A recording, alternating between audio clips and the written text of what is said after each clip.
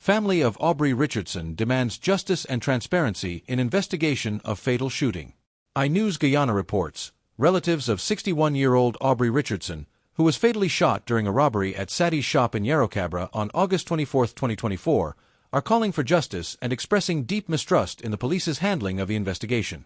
Richardson, a well-known resident of Kururu village on the Soesdijk-Linden Highway, succumbed to his injuries days after the shooting, and his family fears those responsible for his death may never be held accountable.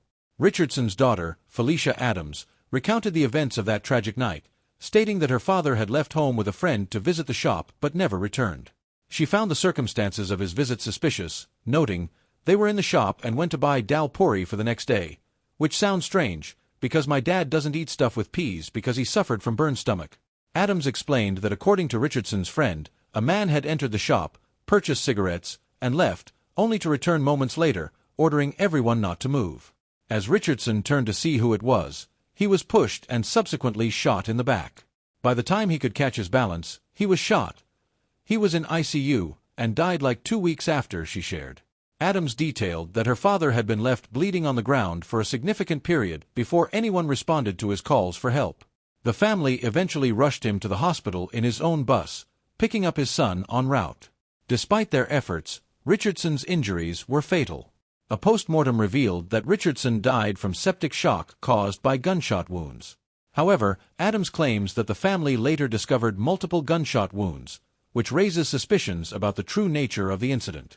The family's concerns extend beyond the circumstances of the shooting.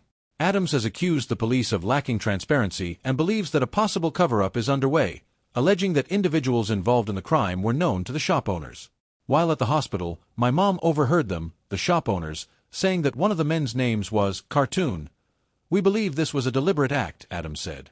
She further alleged that the police investigation is being deliberately delayed, claiming, "The police have not been telling us anything. They are not being transparent with us. When we try to speak to them, some of them, especially the commander, are very dismissive." Adams also mentioned receiving information about a potential bribe being passed, suggesting that the suspects are relatives of the shop owners.